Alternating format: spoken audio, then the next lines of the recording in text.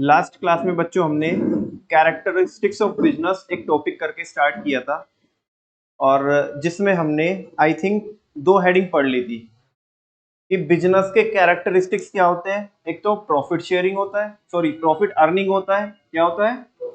Profit earning, कि हम उसमें जो बिजनेस को करते हैं वो प्रॉफिट को अर्न करने के पर्पज से करते हैं। ठीक है। और नेक्स्ट था अनसर्टेनिटी ऑफ रिटर्न। यहाँ पे जो रिटर्न है ना, यानी कि जो मेरे को एक टाइप का जो प्रॉफिट मिलने वाला है उसकी अनसर्टेनिटी रहती है। क्या रहती है? ये आप श्योर नहीं होंगे कि आपको पक्का मिलेगा ही मिलेगा, कम भी मिल सकता है, ज्यादा भी मिल सकता है ना। क्योंकि आपको पता है बच्चों, एनवायरनमेंट कैसा होता है? Dynamic, changeable. क्या होता है? चेंजेबल माने डायनेमिक होता है। बड़ी सारी चीजें हो सकती है ना, बड़े सारे फैक्टर लग सकते हैं ना, जो हमारे फेवर में हो या अगेंस्ट में हो। हमारे अगेंस्ट में। और बड़े सारे फैक्टर ऐसे भी होंगे जो हमारे फेवर में भी होंगे। अगर फैक्टर्स बहुत सारे हमारे फेवर में रहेंगे तो हमें प्रॉफिट आ जाएगा और ज्यादा आएगा। और अगर अगेंस्ट में रहेंगे तो क्या होगा? तो लॉस हो सकता है हमें। बात समझ में आ रही है? अच्छा, इसके पहले बच्चों एक बार ये देख लेते हैं अभी तक हमने क्या पढ़ा। बहुत जल्दी के साथ मैं आपको एक बार रिवाइज कराता हूँ, पुरानी चीजें रिफ्रेश हो जाएगी हमारी। कि हम कोई भी एक्टिविटी परफॉर्म करते हैं तो वो होती है ह्यूमन एक्टिविटी। क्या होती है? और ह्यूमन एक्टिविटी को हम 2 पार्ट में डिवाइड कर सकते हैं। First one is economic activity and the second one is non economic activity. Economic activity वो एक्टिविटी होती है जिनका मकसद प्रॉफिट कमाना होता है, और नॉन इकोनॉमिक एक्टिविटी कौन सी होती है? जिनका मकसद हाँ मेंटल या सोशल साइकोलॉजिकल सेटिस्फेक्शन होता है। ठीक है। फिर हमने डिफरेंस देखा इकोनॉमिक एक्टिविटी में और नॉन इकोनॉमिक एक्टिविटी में।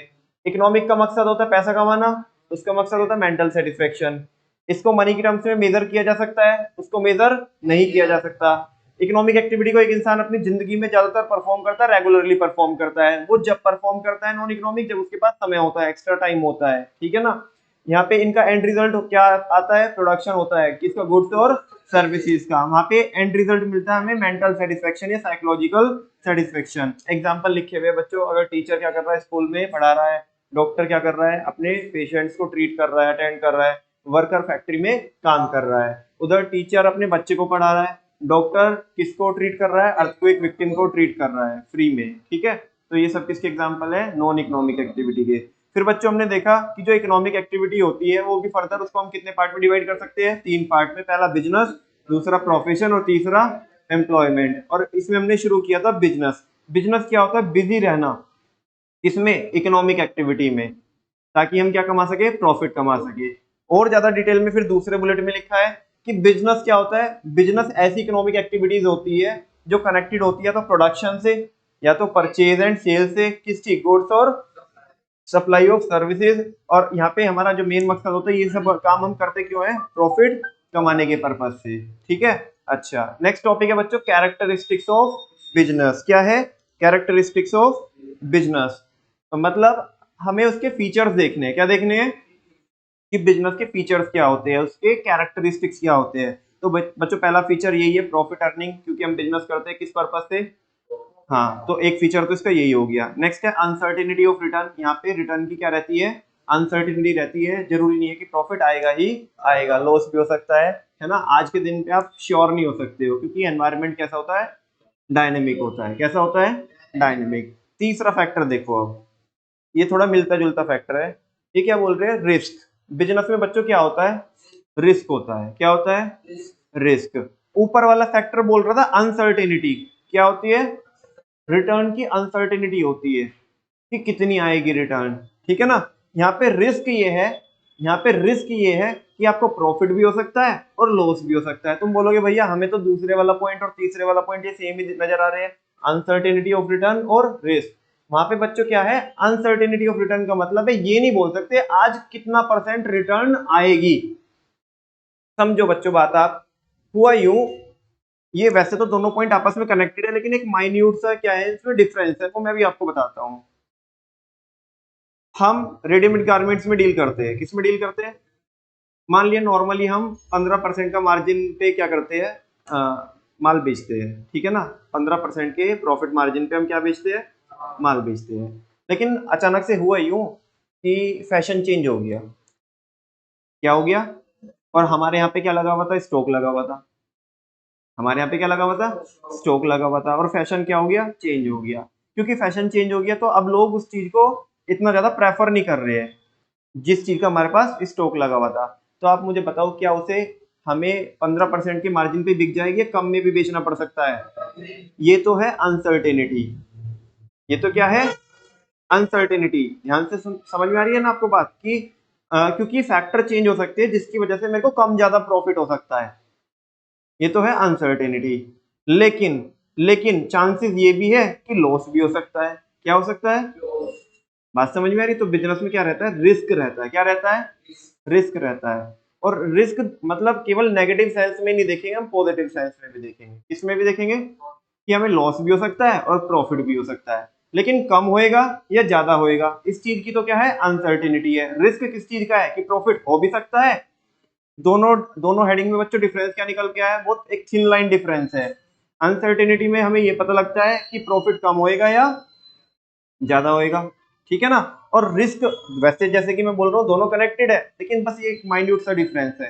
रिस्क में क्या है कि प्रॉफिट हो भी सकता है और लॉस भी हो सकता है, ये रिस्क है। देख लेते हैं एक बार। Risk is the uncertainty. देखो मैं कैसे बोल रहा हूँ कि अभी बोल रहा था ना कि मैं दोनों पॉइंट वैसे तो आपस में क्या है, कनेक्टेड है।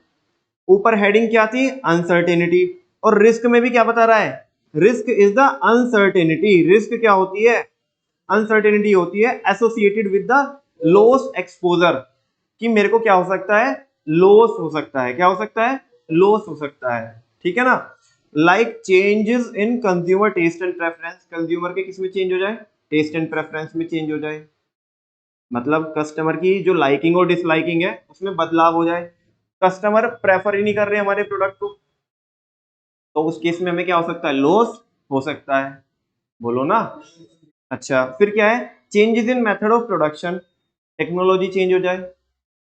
हम तो पुरानी टेक्नोलॉजी से क्या कर रहे थे, काम कर रहे थे, प्रोडक्शन कर रहे थे, लेकिन अभी टेक्नोलॉजी चेंज हो गई तो इससे लॉस हो सकता है। अच्छा स्ट्राइक, एक वर्ड लिखा हुआ है यहाँ पे, क्या स्ट्राइक क्या होती है? हाँ जी, क्या, अटैक? नहीं, स्ट्राइक जैसे तुमने ऐसे सुना होगा ये वर्ड की एयर स्ट्राइक, ठीक है ना, नहीं सुना ये वर्ड एयर स्ट्राइक? तो मतलब ये तो जैसे अगर पूरा वर्ड होता है एयर स्ट्राइक, तो ये तो उसी सेंस में यूज होता है जिस सेंस में तुम बोल रहे हो, जैसे कि अटैक करना है, ठीक है ना। लेकिन यहाँ पे स्ट्राइक का मतलब है कि जैसे हड़ताल कर देना। क्या कर देना, जो हमारे एम्प्लॉइज है ना वो क्या कर देते हैं, हड़ताल कर देते हैं, हमारी मांगे पूरी करो, हमारी मांगे, हाँ धरना जिसे बोलते हैं, ठीक है ना। जैसे मान लिया वो क्या बढ़वाना चाहते हैं, अपनी सैलरी इंक्रीज करवाना चाहते हैं, हाइक चाहते हैं हमारे से, और हमने कहा अभी सैलरी नहीं बढ़ेगी। सारे वर्कर्स ने, सारे एम्प्लॉइज इकट्ठे हुए और फैक्ट्री के बाहर गेट पे ताला डाल के अपना एक और बैठ गए। सुबह को मान लिया मैनेजर आएगा तो उसको जाने नहीं दे रहे अंदर, वहीं पे धरना कर रहे हैं, बोले हमारी मांगे पूरी करो, हमारी मांगे। ऐसा मैं आपको एक एग्जांपल बताता हूँ। अभी पाँच पाँच छह साल पहले गुड़गांव में मारुति का प्लांट है, और मारुति के प्लांट में स्ट्राइक हुई थी, लेबर स्ट्राइक, और वो लगभग मेरे ख्याल 3 दिन हुई थी, 2 और 3 दिन। पता मारुति को कितने करोड़ का फटका लगा था? 700 करोड़ का फटका लगा था मारुति को। समझ में आ रही है बात? तुम बोलोगे भैया कैसे, स्ट्राइक करने से इतना नुकसान हो गया? बेटा 2 दिन के अंदर प्रोडक्शन होना था, है ना, गाड़ियों की असेंबलिंग होनी थी, वो रुक गई। जो ऑर्डर आ रखे थे ऑलरेडी, हमारे पास जो ऑलरेडी ऑर्डर आ रखे थे, हम उन्हें क्या नहीं कर पाए, डिलीवर टाइम से नहीं कर पाए। तो मैंने कॉन्ट्रैक्ट तोड़ दिया। क्या तोड़ दिया? मैंने तुम्हारे साथ कोई कॉन्ट्रैक्ट कर रखा है। समझ में आ रही बात? कैसे, जैसे मैं मान लिया मैं आपको पढ़ाता हूँ, तो मैंने तुम्हारे साथ क्या, अभी तुम फॉर्म भरोगे ना, अभी जैसे अभी हमारी डेमो क्लासेस पूरी हो जाएगी 2-4 दिन में, तो आप फॉर्म फिल करोगे, तो वो हमारा क्या रहेगा, कॉन्ट्रैक्ट रहेगा। क्या रहेगा? कॉन्ट्रैक्ट, कि मैं आपको पूरे साल पढ़ाऊंगा और आप पूरे साल पढ़ोगे। मान लिया अगर मैंने बीच में छोड़ दिया, बात समझ में आ रही है, तो ये ब्रीच ऑफ कॉन्ट्रैक्ट माना जाएगा। क्या माना जाएगा? तुम मेरे ऊपर केस कर सकते हो कि ये देखो हमारे साथ कॉन्ट्रैक्ट किया था कि हमें पूरे साल पढ़ाएंगे, और क्या हो गया कि इन्होंने, भाई साहब ने पढ़ाया नहीं, बीच में ही हमारी नैया डुबो दी, ठीक है ना। अच्छा लेकिन केवल ब्रीच मैं ही कर सकता हूँ, ब्रीच आप भी तो कर सकते हो। मान लिया आप छोड़ के भग गए, ठीक है ना, तो मैं क्या कर सकता हूँ, आपके ऊपर केस कर सकता हूँ। वैसे मैं आपके लिए बताऊं कि क्योंकि अभी आप मेजर नहीं हो, अभी आप कौन हो, माइनर। माइनर समझते हो, 18 साल से कम हो, तो माइनर के ऊपर केस नहीं किया जा सकता। लेकिन लेकिन लेकिन क्योंकि मैं जो आपको फॉर्म फिल कराऊंगा उसमें कंसेंट होगी आपके पेरेंट्स की भी। किसकी कंसेंट होगी? आपके पेरेंट्स की, क्योंकि पेरेंट्स ने आपके सिग्नेचर किए होंगे, तो दैट्स वाई वो जो कॉन्ट्रैक्ट होगा वो वैलिड कॉन्ट्रैक्ट हो जाएगा। आपके साथ तो कॉन्ट्रैक्ट कर नहीं सकते बिकॉज आप तो क्या हो, माइनर हो। लेकिन आपका वो जो कॉन्ट्रैक्ट है वो वैलिड हो जाएगा जब उस पर कंसेंट आ जाएगी, किसकी? आपके पेरेंट्स की। बात समझ में आ रही है? तो फिर मैं भी क्या कर सकता हूँ, आपको आपके ऊपर केस कर सकता हूँ। इसको पता है? हाँ, अंदर तो शायद इतना तो नहीं, पेनल्टी वगैरह लग सकती है, कोर्ट कोई ऑर्डर दे सकती है ना। हाँ जी, सुनो, खैर चलो, इतना नेगेटिव नहीं सोचते हैं। इधर सुनो, मैं क्या बोल रहा हूँ बच्चों, लेकिन रिस्क तो है ना। हाँ बोलो। अच्छा, रिस्क मुझे भी है और तुम्हें भी है रिस्क, ठीक है ना? हाँ बोलो ना। अच्छा, ये तो तुम्हें अभी पता चला, अभी और सुनो इसके बारे में।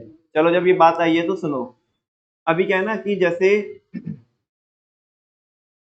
मेरे को या तुम्हारे को मेरे ऊपर केस करना है, तो तुम इसको पता कैसे लॉ की लैंग्वेज में कैसे बोलोगे कि नमन भैया हम तुम्हारे ऊपर स्यूट फाइल कर देंगे। क्या फाइल कर देंगे? SUIT, स्यूट फाइल कर देंगे। ठीक है ना, इसका मतलब है केस फाइल करना। या हम आपको क्या कर देंगे, एक वर्ड और यूज करते हैं इसके लिए, स्यू। ठीक है ना, इसका प्रोनाउंसिएशन कई बार कई लोग ऐसे ऐसे भी बोलते हैं, सू। ठीक है ना, कि जैसे मैं बोल रहा हूँ कि मैंने किसी के ऊपर केस करना है। क्या करना है भाई? तेरे को सू कर दूंगा मैं। ठीक है, ऐसे। अबे, कभी किसी को ऐसे कह के भाग लो, वो सोचेगा गाली दे के भाग गया मेरे को। ठीक है।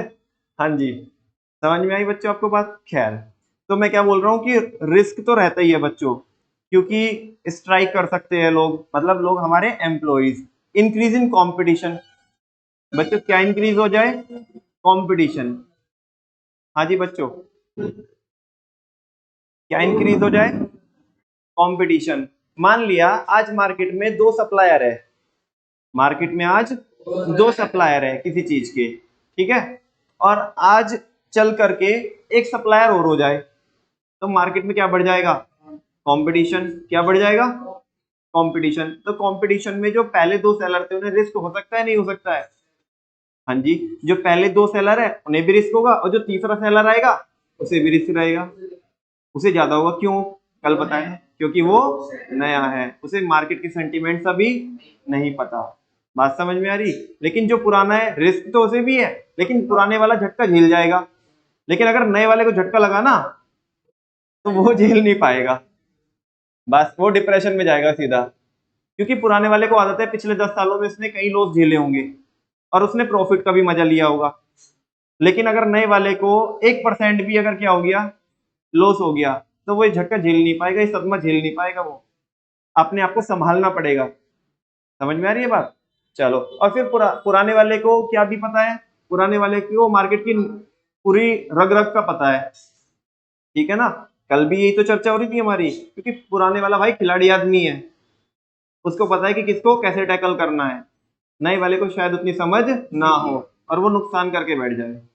मान लिया एक बंदे ने कोई रिसर्च तो की नहीं, क्या नहीं की? कोई रिसर्च नहीं की। ठीक है ना, कि मार्केट कैसी है, इस मार्केट में कस्टमर क्या चाहता है, उसे क्या प्रोडक्ट चाहिए, उसे कब खुशी मिलती है, प्रोडक्ट को यूज करके उसे सेटिस्फेक्शन मिलेगा भी या नहीं भी मिलेगा। ठीक है ना, उसने कोई रिसर्च नहीं की और अपना धंधा लॉन्च कर दिया। उसने सारे पैसे लगाए बिजनेस में, आप लैंड एंड बिल्डिंग में पैसा लगाया, प्लांट एंड मशीनरी में पैसा लगाया, बाकी दूसरी चीज फर्नीचर में पैसा लगाया, सारे बच्चों को पता है। ठीक है ना, और डे टू डे ऑपरेशंस भी होंगे। क्या भी होंगे? डे टू डे ऑपरेशन, यानी कि डेली के भी तो खर्चे होंगे ना, इलेक्ट्रिसिटी का बिल होगा, बाकी और भी सारे खर्चे होंगे, टेलीफोन एक्सपेंसेस होंगे, इंटरनेट एक्सपेंसेस होंगे, स्टाफ एक्सपेंसेस होंगे, क्लीनिंग एक्सपेंसेस होंगे, बड़े सारे एक्सपेंसेस होंगे। और उसका रेवेन्यू हुआ नहीं इतना जितना उसका क्या लग गया, खर्चा लग गया। समझ में आ रही है बात? क्योंकि शुरुआत में इंसान किसके लिए काम करता है? शुरुआत में सर्वाइवल के लिए। किसके लिए?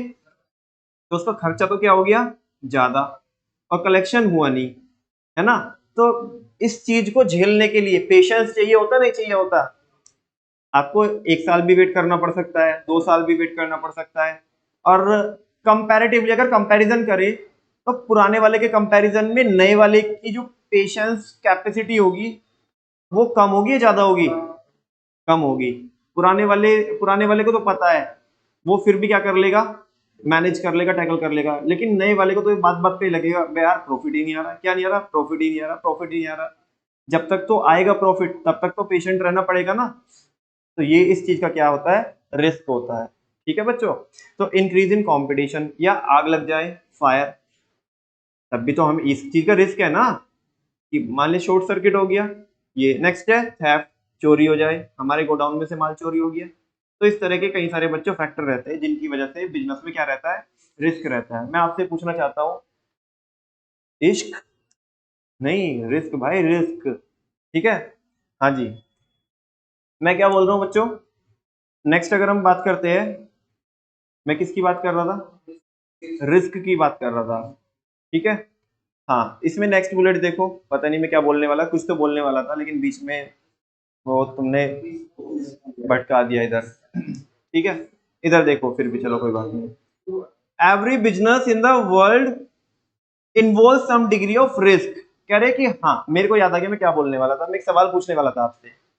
अच्छा, बिजनेस में तो क्या रहता है, रिस्क रहता है, एम्प्लॉयमेंट में रिस्क रहेगा नहीं, सैलरी तो मिलनी ही, चाहे अगले का काम चलो या ना चलो। तुम्हारी तो टकदनी सी एंट्री आ जाएगी 31 तारीख को, 30 तारीख को। हाँ,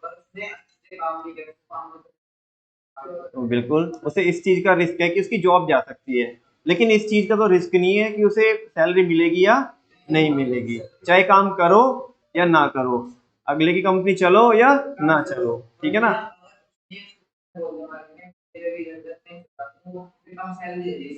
हाँ हाँ,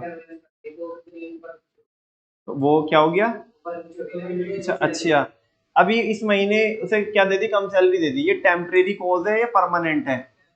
एक बार उसे ये बोल के देखना कि तेरी आज मान लिया कोई बंदा एक 1 CR के पैकेज पे काम कर रहा है और एक कंपनी उसे कल से अनाउंस कर दे कि अब से तेरी परमानेंट सैलरी जो पैकेज है वो 50 लाख है, 1 CR के बजाय कितना हो गया, इसके रिड्यूस करके हमने 50% कर दिया, यानी कि 50 लाख कर दिया। अब ये परमानेंट है, वो रुकेगा? और अगर उसे कंपनी ये बोले कि चल कोई बात नहीं, इस महीने हमारे को लॉस आ रहा है, इस महीने थोड़ा एडजस्ट कर ले, बाकी फिर हम नॉर्मल सैलरी कर देंगे तेरी, और जब हमारी कंडीशन अच्छी हो जाएगी तब हम तेरा 1 CR से 1.25 CR कर देंगे, अभी रुकेगा या अभी भी भागेगा? रुकेगा ना। तो वो परमानेंट पोज नहीं है, वो जो तुम बता रहे हो टेम्परेरी है। तो उसे पता है कि उससे रिस्क नहीं होता, लेकिन बिजनेसमैन को रिस्क है। बेटा, जितना टेंशन तुम्हारे पापा को है ना अपने बिजनेस में, उतना तुम्हारे यहाँ पे जो एम्प्लॉइज है ना, उतना टेंशन नहीं है उन्हें, जो तुम्हारे यहाँ पे एम्प्लॉय काम करते हैं। क्यों? वेरी गुड, अपने मुंह से बोल दिया तुमने, क्योंकि उन्हें पैसे मिलते रहेंगे। लेकिन पापा को ये श्योर नहीं है तुम्हारे कि जितना प्रॉफिट मैंने सोचा था उतना आएगा ही आएगा, होगा ही होगा उतना प्रॉफिट। ठीक है ना, दैट्स वाई बिजनेस में क्या होता है, रिस्क होता है। ठीक है, अच्छा, बिजनेस में ये नहीं है कि एक पर्टिकुलर अमाउंट ही आएगी। किसी महीने में मान लिया तुमने 10 लाख रुपए कमा लिए, अगले महीने कितने ही हो गए, वो 6 ही लाख रह गए। ऐसा भी हो सकता है कि तीसरे महीने तुम 25 लाख कमा लो, है ना, 25 के भी डबल कर दो। वो डिपेंड करता है कि तुम किस टाइप का बिजनेस कर रहे हो, किस लेवल से कर रहे हो, किस एफिशिएंसी से कर रहे हो। लेकिन जॉब में तो ऐसा नहीं होगा ना, जॉब में तो एटलीस्ट तुम्हारी 1 साल तो कम से कम बता रहा हूँ मैं वही सैलरी रहने वाली है, या हर महीने सैलरी चेंज होएगी? नहीं होएगी ना, लगभग लगभग वही सैलरी रहेगी। थोड़े बहुत इंसेंटिव जो मिलते हैं, इंसेंटिव समझते हो आप? इंसेंटिव, इंसेंटिव क्या होता है, इंसेंटिव होते हैं कि जैसे बच्चों एडिशनल फैसिलिटी मिलती है ना, जैसे परफॉर्मेंस के ऊपर सैलरी होती है, परफॉर्मेंस बेस्ड सैलरी होती है, कि अगर तुम अच्छा परफॉर्म करोगे, या लेट सपोज कमीशन मिल रहा है, तुमने अपनी दुकान पे बंदों को रखा है, सेल्स पर्सन को रखा है, और तुमने ये बोला है कि भाई देख, तेरी सैलरी तो 10,000 रुपए है, लेकिन जितने की भी तू सेल कराएगा, जितने की भी तू सेल कराएगा, उसका तेरे को ना 1% मिलेगा। कितना मिलेगा? अब जब केवल हमारे यहाँ पे सैलरी पे रखा था हमने अपने स्टाफ को, ध्यान से समझना कि कैसे बिजनेस स्ट्रेटेजीज बनाई जाती है, वो नालायक काम नहीं करते थे, क्योंकि उन्हें पता था 10,000 तो मिलने ही। और 4 बंदे थे हमारे यहाँ पे, कौन थे? 4 बंदे थे। जब भी कोई कस्टमर आता था तो आपस में एक दूसरे को बोलते थे, तू दिखा इसे, है ना, तू डील कर इस कस्टमर को, ऐसा करते थे। और कोई भी काम नहीं कर रहा था, नालायक, क्योंकि उनको ना क्या लग रहा था कि हमें ये 10,000 रुपए तो मिलने मिलने ही मिलने हैं, इस चीज की तो श्योरिटी थी। तो हमने इस चीज को क्या करने के लिए, टैकल करने के लिए हमने ना एक पॉलिसी बनाई। क्या बनाई? हमने कहा कि भाई देखो, तुम्हें 10,000 रुपए तो मिलेंगे, ठीक है ना, ये तो तुम्हारी बेसिक सैलरी है, लेकिन जितना भी तुम सेल कराओगे ना, उसका तुम्हें 1% मिलेगा। मान लिया एक बंदे ने क्या कराई, एक महीने में 10 लाख रुपए की सेल कराई। कितने की सेल कराई? 10 लाख रुपए की सेल कराई। तो बच्चों 1% के हिसाब से उसके कितने हो गए? 10,000 रुपए और हो गए। कितने हो गए? तो 10,000 तो उसकी बेसिक सैलरी थी, और 10,000 से ये उसकी कितनी सैलरी हो गई? तो इस केस में उसकी सैलरी वेरिएट होती रहेगी। एक तो उसमें फिक्स कंपोनेंट है और एक वेरिएबल कंपोनेंट है जो कम ज्यादा होता रहेगा बेस्ड अपॉन द सेल, कि उसने कितनी सेल कराई है। ठीक है ना? अच्छा, ऐसे में पहले तो ये काम नहीं करते थे, अब नालायक आपस में लड़ते हैं, मैं डील करूंगा, इस कस्टमर को मैं डील करूंगा, क्योंकि जितने भी बंदे डील क्लोज कराएंगे उतना इनको क्या मिलने वाला है? कमीशन। नहीं, हम भी तो रिकॉर्ड रखेंगे ना उसका। जब उसका बिलिंग होगा तो हम उस पे बिल पे नाम लिखते हैं कि ये सेल किसने कराई।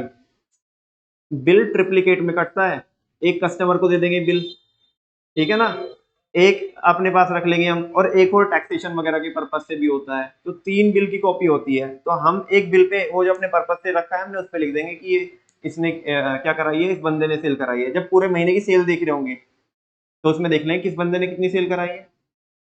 समझ में आ रही है बात बच्चों? तो ऐसे में क्या होगा, देखो वो बंदे काम नहीं कर रहे थे तो उनसे हमने क्या कराया, काम कराया। कैसी पॉलिसी बना करके? कमीशन बेस्ड उनकी सैलरी दे करके, ठीक है ना। अब वो आपस में लड़ेंगे, अब वो आपस में लड़ेंगे कि मैं डील करूंगा, मैं डील करूंगा, तो हमने उनके डिपार्टमेंट क्या कर दिए, डिवाइड कर दिए कि तू केवल इस टाइप के कस्टमर को डील करेगा। मान लिया लेट सपोज रेडीमेड गारमेंट्स का हमारे यहाँ पे काम होता है, तो हमने क्या किया हुआ है, पहले से ही एलोकेट किया हुआ है कि भाई अगर कोई मेंस वियर के लिए आएगा कोई भी कस्टमर तो इसको ये डील करेगा बस।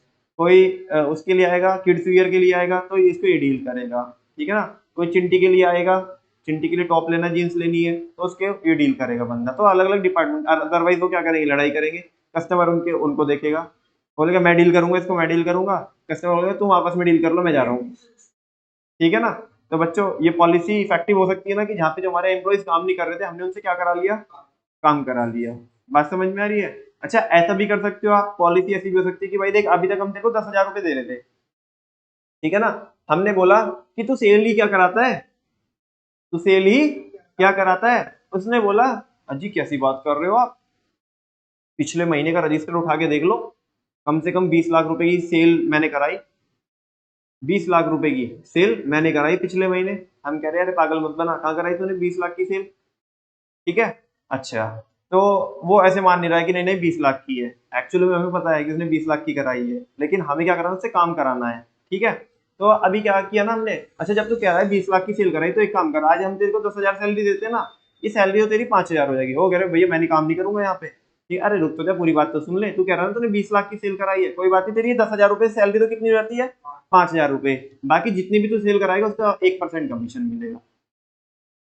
समझ में आ रही है बच्चों बात? अब वो अभी वो बोलेगा नहीं नहीं ऐसे कैसे कम कर रहे हो सैलरी, मुझे तो नुकसान हो जाएगा। अबे तू ही तो बोल रहा था नुकसान कहाँ होएगा, 20 लाख का निकाल दू, 1% कितना हो गया, 20,000, और 5,000 ये, कितनी हो गई, 25,000 तेरी सैलरी हो गई। और अभी कितनी थी, 10 थी, तो कितने का फायदा हुआ? हाँ बोल, बोलेगा नहीं बोलेगा वो? चल तो बस लग जा काम पे। ठीक है। तो बच्चों बिजनेस में क्या रहता है, मैं बात कर रहा हूँ किसकी, रिस्क की बात कर रहा हूँ, और मैं एग्जांपल आपको समझा रहा था कि एम्प्लॉयमेंट में, यानी कि जॉब में कोई रिस्क नहीं रहता लेकिन बिजनेस में रिस्क होता है। फिर आगे देखो, every business in the world, दुनिया में ऐसा कोई बिजनेस ही नहीं है जिसमें कुछ रिस्क ना हो। हर एक बिजनेस में बच्चों क्या होता है, रिस्क होता है। चाहे भले ही रिस्क कम हो चाहे ज्यादा हो, वो तो अलग अलग बिजनेस पे डिपेंड करता है, लेकिन रिस्क सब में रहेगा, सब बिजनेस में रहेगा। अच्छा, एक बात तो बताओ मेरे को, जैसे आपके यहाँ पे बिजनेस होता है तो तुम मुझे दो चार फैक्टर ऐसे बता सकते हो कि तुम्हारे यहाँ पे किस टाइप का रिस्क रहेगा, सुचित, तुम्हारे बिजनेस में किस टाइप का रिस्क होगा? दो तीन फैक्टर ऐसे आइडेंटिफाई कर सकते हो? हाँ जी। यानी कि जिससे कि ऐसे फैक्टर जिनसे तुम्हारे बिजनेस में लॉस हो जाए, नुकसान हो जाए, जिनसे किसी टाइप का रिस्क है। जैसे कि एक दो फैक्टर बता दो कि जिनसे कि तुम्हें नुकसान हो सकता है तुम्हारे बिजनेस के अंदर। हाँ, सेल, वेरी गुड, बोलो। सेल करनी है, और अगर सेल नहीं हुई तो ये रिस्क है। चलो ये तो कॉमन फैक्टर है, तो हर एक बिजनेस में ही रहेगा। कुछ ऐसा बताओ कि तुम्हारे बिजनेस में क्या रहेगा, रिस्क रहेगा। तुम्हारे यहाँ पे उनका काम होता है ना, लकड़ी वगैरह का काम होता है ना, उसमें क्या रिस्क रहेगा?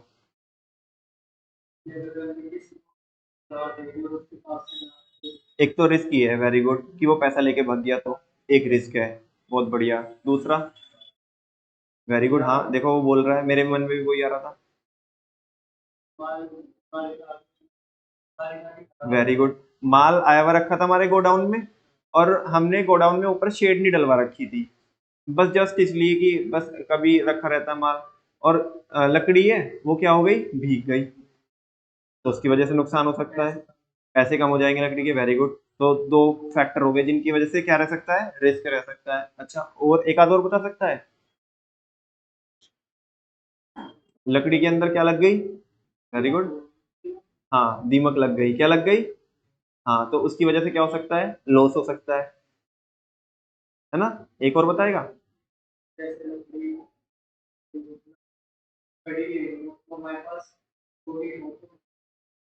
हमारे पास छोटी ना हो, और उसे उसे कोई बोलने दो, से रुको।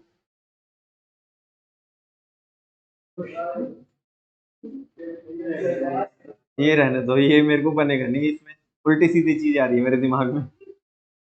चलो भाई साहब, आप बता सकते हो कि आपके बिजनेस में किस तरह के रिस्क फैक्टर रह सकते हैं? बाहर है, वहाँ वहाँ पे गर्मी अगर ज्यादा होगी तो?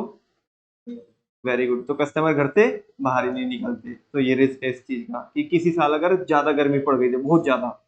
Very good. हाँ, अच्छा, चलो तो ये फैक्टर हो गया। और? हाँ, सब अपने फेस्टिवल में बिजी रहते हैं, तो फेस्टिवल में खरीदी वगैरह नहीं करते? किस टाइप का काम है? हार्डवेयर? मतलब हार्डवेयर किस टाइप के? किसी का? अच्छा, इस टाइप का। हाँ। अच्छा, एक बात तो बताओ, लेकिन हाँ सही है, तुम्हारे बिजनेस चलेगा कब ज्यादा? जब लोग अपनी चाबी कहीं भूल जाएंगे, है ना? इस टाइप का होगा ना, कि जब, अच्छा, जब ये वाले फैक्टर क्या होंगे, तुम्हारे फेवर में होंगे। और अगर लोग पंक्चुअल हो गए, तो फिर तुम्हारे, हाँ, तुम्हारे बिजनेस पे क्या पड़ेगा, नेगेटिव इम्पैक्ट पड़ेगा। Very good. हाँ जी भाई साहब, पीछे और बता सकते हो? हाँ बताओ, चलो। फार्मिंग में क्या होता है? गन्ने की फसल खराब हो गई, जैसे कि? हाँ हाँ हाँ, वेरी गुड, बिल्कुल।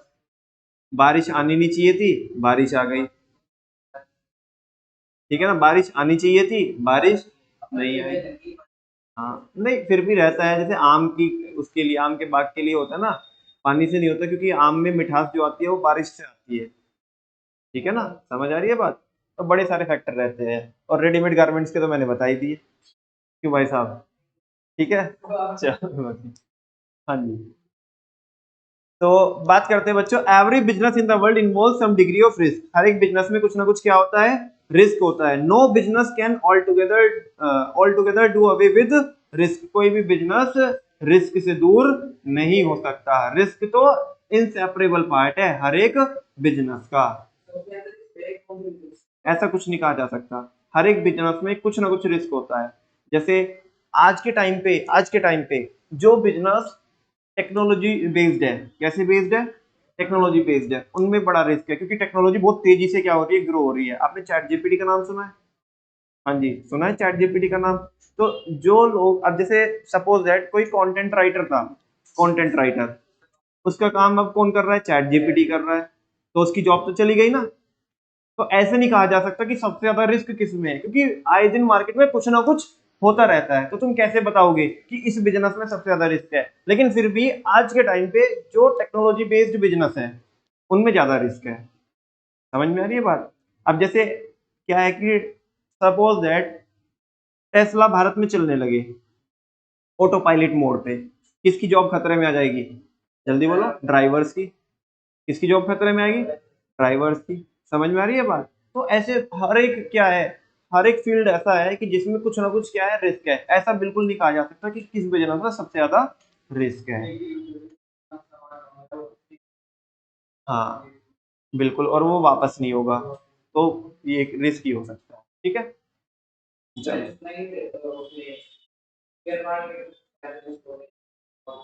किस चीज का रिस्क होता है?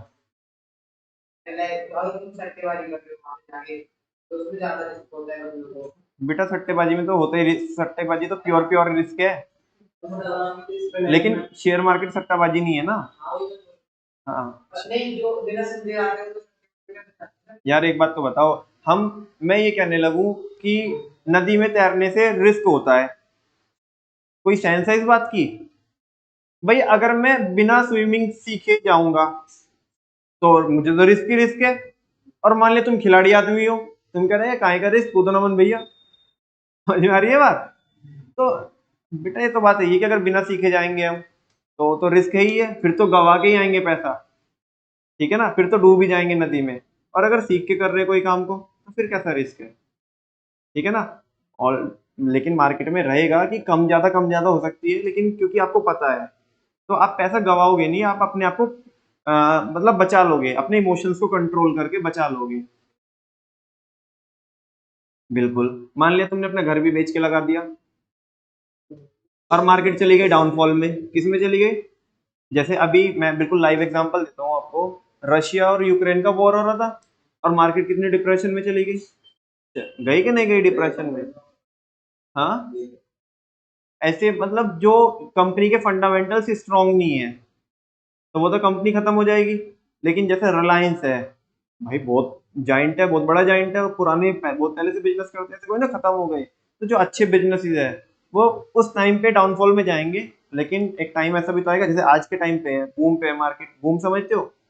बूम मतलब एकदम ऊपर उछाल पे है मार्केट। ठीक है ना। तो आज जितनी भी कंपनी जिनके भी शेयर्स के जो प्राइस थे वो डाउनफॉल में चलते थे, वो रिकवर कर गए, इवन ऑल टाइम हाई पे भी है। समझ रहे हो? सही चीज। नेक्स्ट, बिजनेस में क्या होता है बच्चों? बिजनेस में क्या होता है? Exchange of goods and services.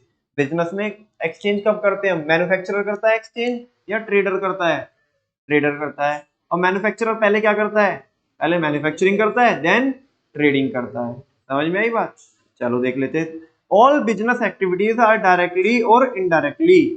हर एक बिजनेस एक्टिविटी में चाहे तो डायरेक्टली और चाहे तो इनडायरेक्टली वो क्या होता है? रिलेटेड टू द ट्रांसफर और एक्सचेंज ऑफ गुड्स और सर्विसेज। उनमें क्या होता है? एक्सचेंज होता है या ट्रांसफर होता है, किसका? गुड्स और सर्विसेज का। फॉर कंसिडरेशन, किसके बदले में?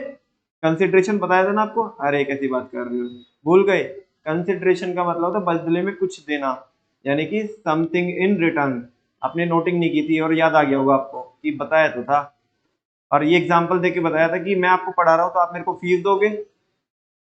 हाँ जी, मैं आपको पढ़ा रहा हूँ तो आप मेरे को फीस दोगे, तो मेरे पढ़ाने के बदले में मुझे कंसिडरेशन में क्या मिल रहा है? मनी।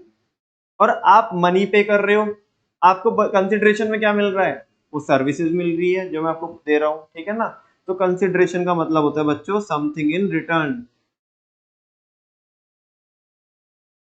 बिजनेस हम कुछ लेके कुछ देते हैं या बस बिना लिए देते हैं?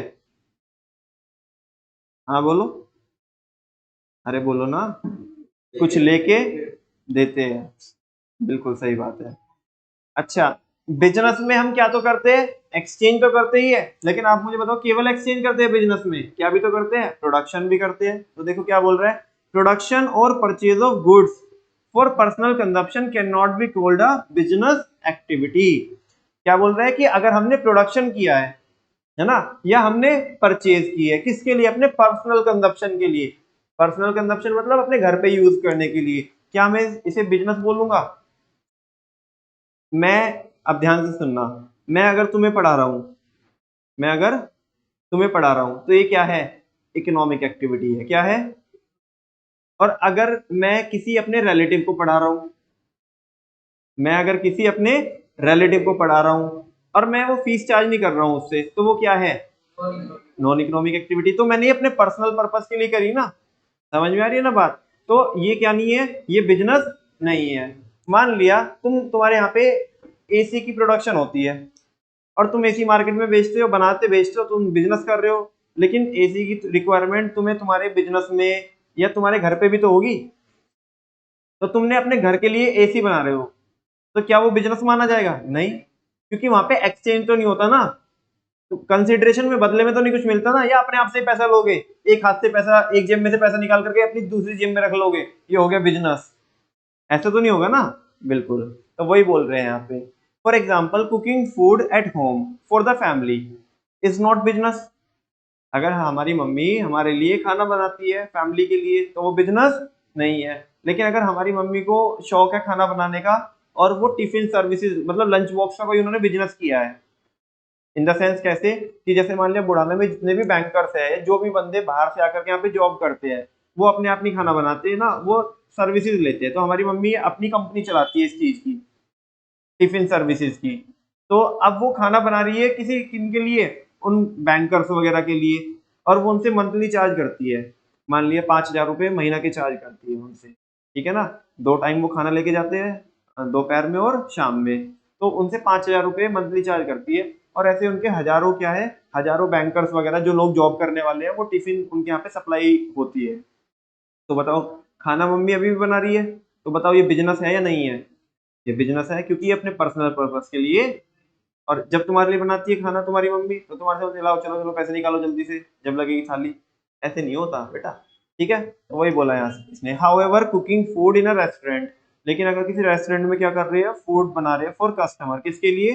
कस्टमर के लिए, एंड चार्जिंग फ्रॉम देम, और उनसे क्या कर रहे हैं, उसके बदले चार्ज कर रहे हैं, ये क्या है? बिजनेस है।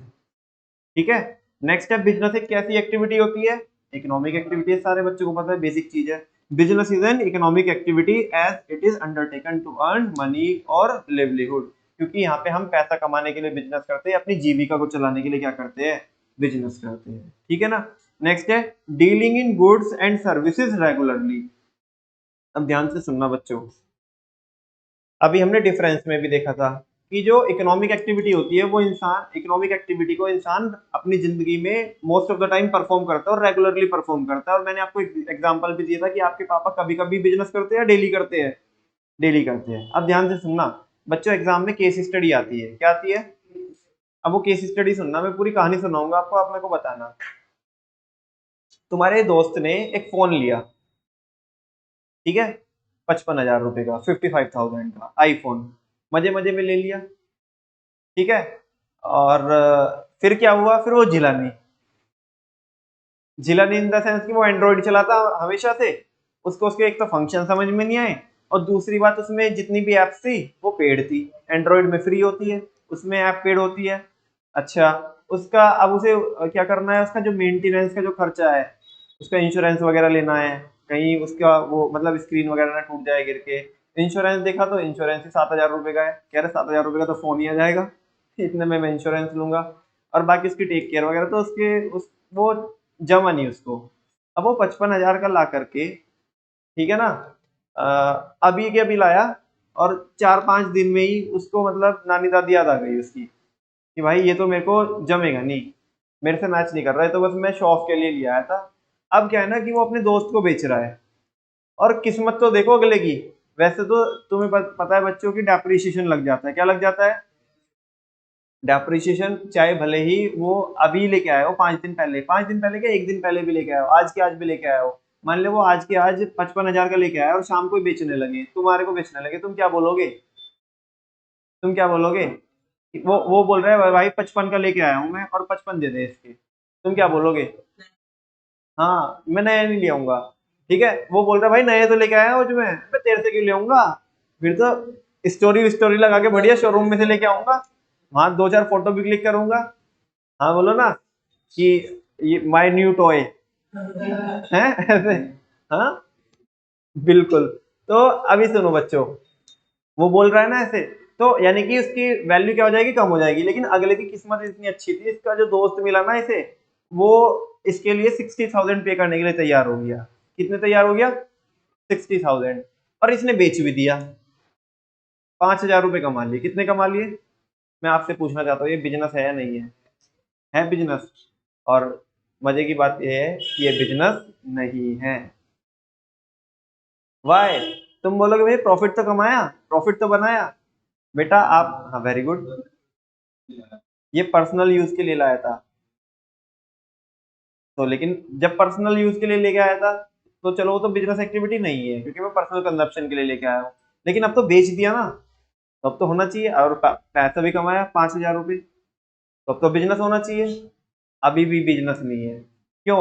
मैं आपसे पूछना चाहता हूँ, तुम्हारे दोस्त का काम क्या मोबाइल की सेलिंग करना है क्या? वो डेली मोबाइल सेल करता है, या ये तो अभी इसको बस झिल नहीं रहा है, जम नहीं रहा है, तो अभी क्या कर रहा है? अभी बेचा है इसने। ये जिंदगी में डेली डेली मोबाइल बेचता है, कभी कभी बेचा है इसने? पहली बार बेचा है इसने तो जिंदगी में, कभी कभी भी नहीं। और ये हेडिंग क्या लिखी हुई है बच्चों? Dealings in goods and services regularly. Business वही होता है जहां पे हम गुड्स और सर्विसेज में क्या करते हैं? रेगुलरली डील करते हैं। समझ में आ रही है बात? तुम्हारे पापा रेगुलर एक्टिविटी परफॉर्म करते हैं, इकोनॉमिक एक्टिविटी, है ना, डेली की डेली ट्रेडिंग करते हैं, तो वो बिजनेस है। जो कभी कभार कर लिया ना, ये बिजनेस नहीं है। अच्छा एक सवाल और पूछूं, मेरे मन में आ रहा है ऐसे। एक बंदा अपने घर से मोबाइल बेचता है, रेगुलरली बेचता है। एक बंदा अपने घर से मोबाइल बेचता है और रेगुलरली बेचता है। बताओ ये बिजनेस मानेंगे नहीं मानेंगे? मानेंगे? देख लो, पक्की बात। हाँ, इसमें क्या प्रॉब्लम है? चाहे वो घर से बेचे, चाहे वो दुकान से बेचे, बेच तो रेगुलरली रहा है ना। ये बिजनेस है, प्रॉफिट तो आ रहा है और रेगुलरली भी कर रहा है। समझ आई बात? इससे फर्क नहीं पड़ता कि वो कहां से बेच रहा है और कहां से नहीं बेच रहा है, दुकान से बेच रहा है या गोडाउन से बेच रहा है सीधा माल, या अपने घर से बेच रहा है, इससे मैटर नहीं करता।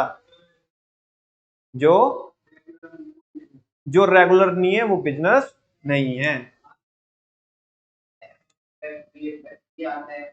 क्या?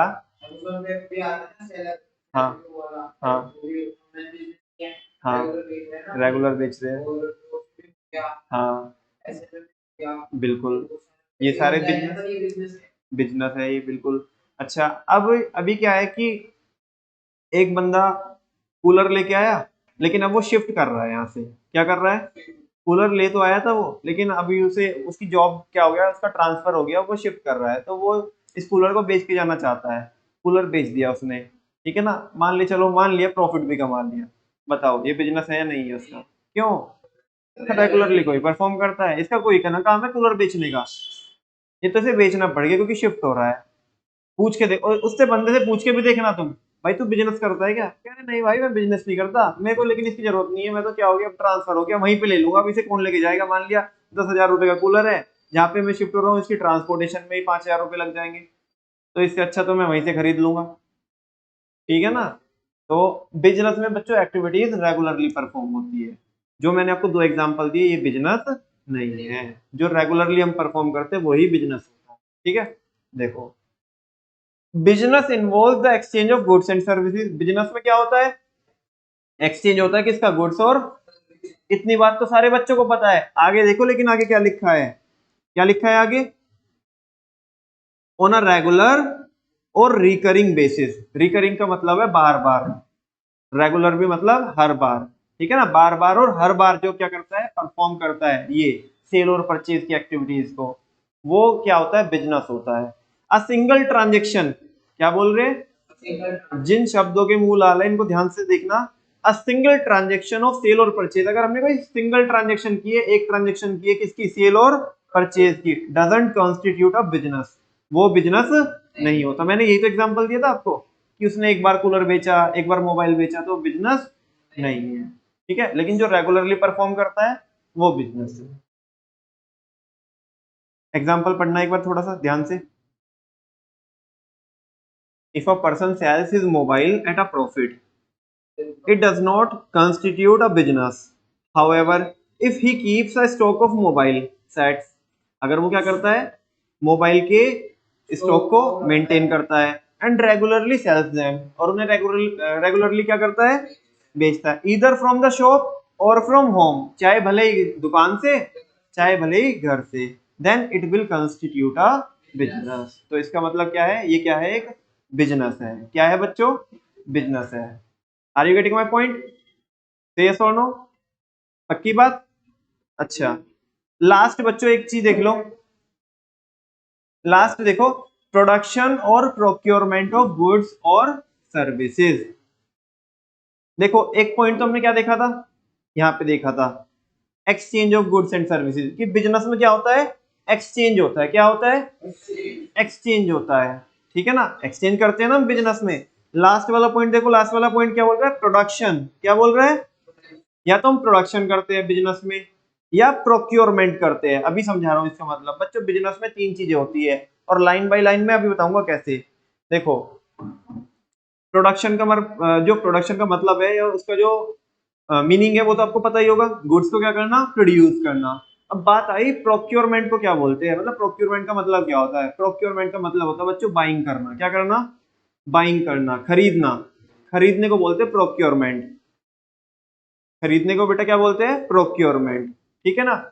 मैं अगर ये बोलूं, जैसे जिन भी बच्चों के यहाँ पे ट्रेडिंग होती है, उनके पापा प्रोडक्शन करते हैं, प्रोक्योरमेंट करते हैं। प्रोक्योरमेंट मतलब अगर वो अपने सप्लायर से माल खरीदते हैं, परचेजिंग करते हैं, तो वो क्या है, प्रोक्योरमेंट है। क्या है, अब ध्यान से सुनना, मैं जो बोलूंगा कि वो सीक्वेंस में लाइन में चल रहा है कि नहीं चल रहा है।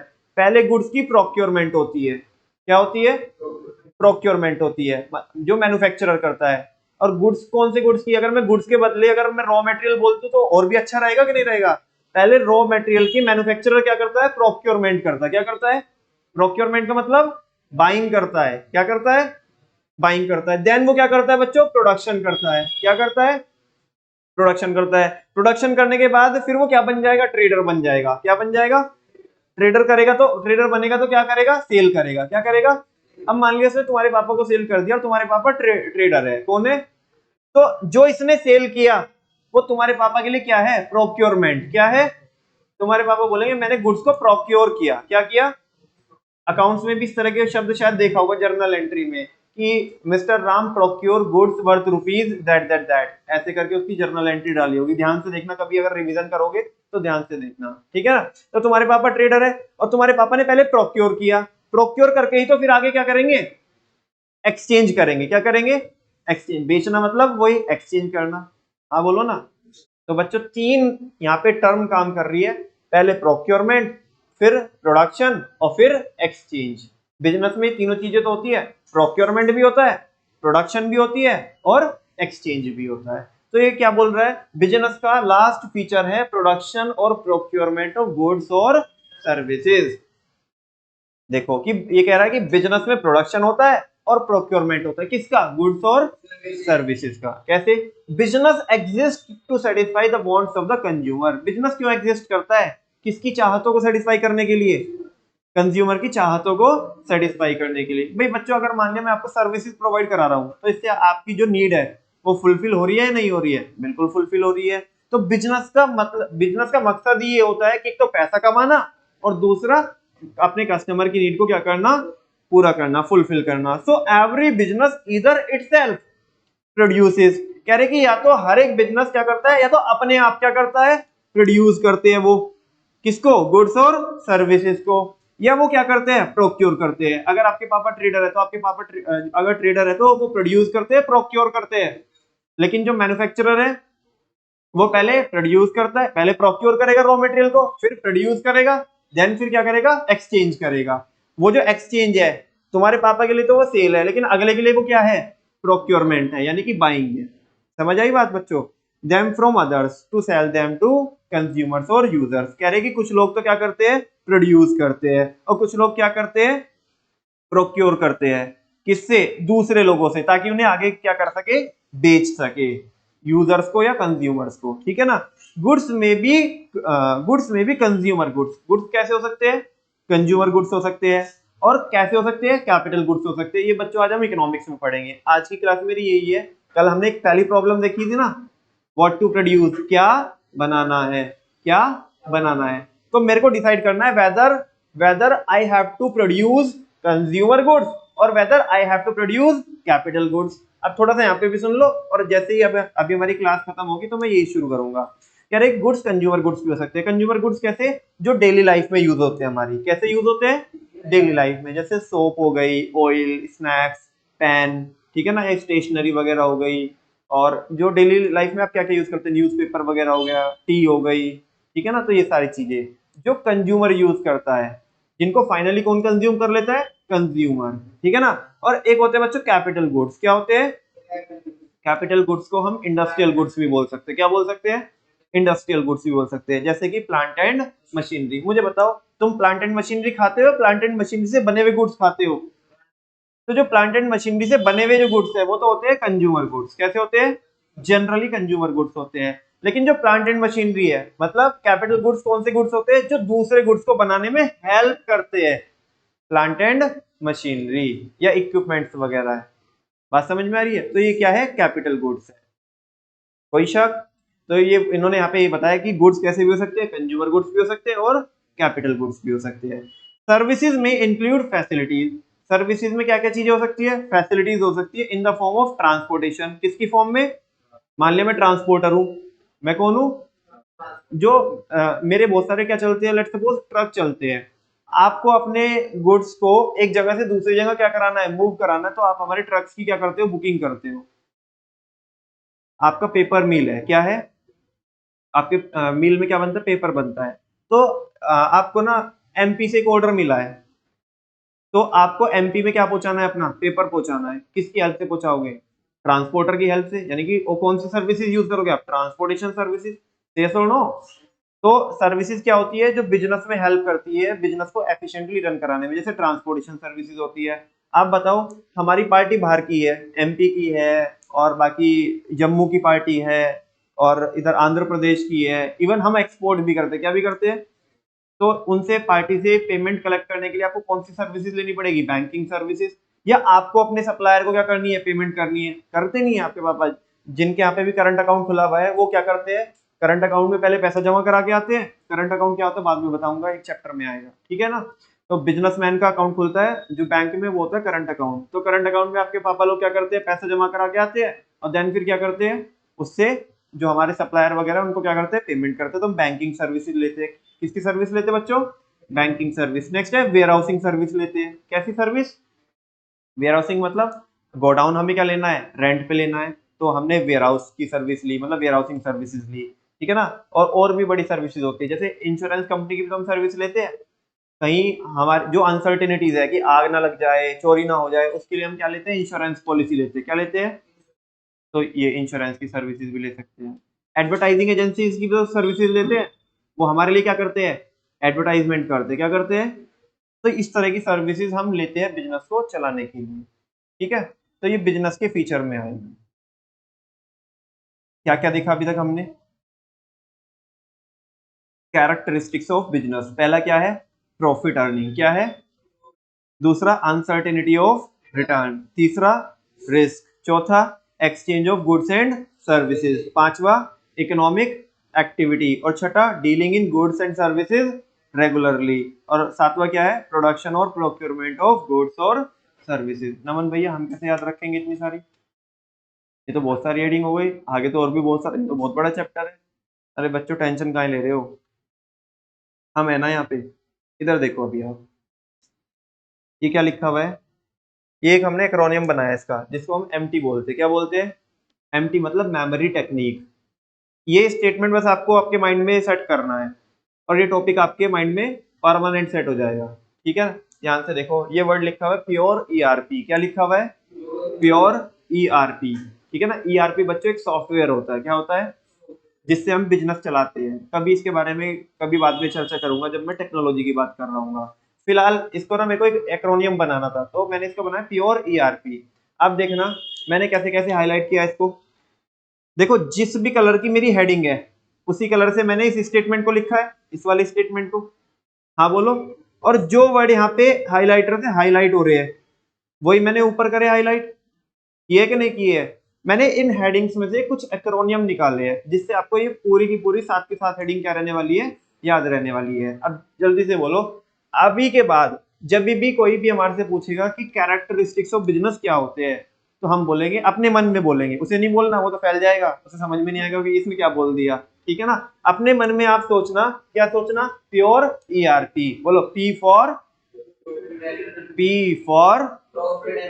You for uncertainty of return, R for risk, E for exchange होगा यहाँ पे, देखो exchange of goods and services, pure ERP, E for economic activity, R for regularly, R for business activities कौन सी होती है जो कभी कभी परफॉर्म करते हैं, जो रेगुलरली परफॉर्म करते हैं, रेगुलरली परफॉर्म करते हैं बिल्कुल, और पी फॉर प्रोडक्शन और प्रोक्योरमेंट ऑफ गुड्स और सर्विसेज।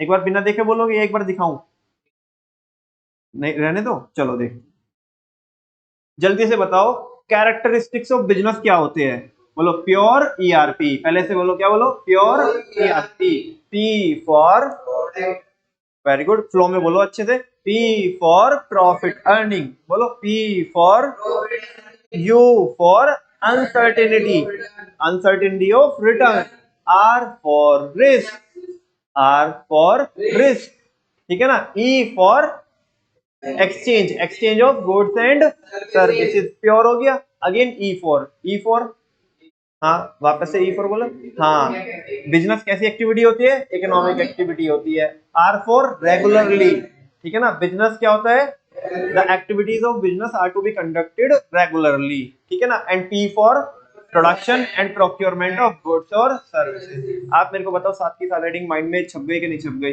कोई शक, आज के बाद अगर कोई बोले बिजनेस के फीचर्स बोलो तो बता दोगे, प्योर ईआरपी, अपने मन में सोचते रहना और बोलते रहना।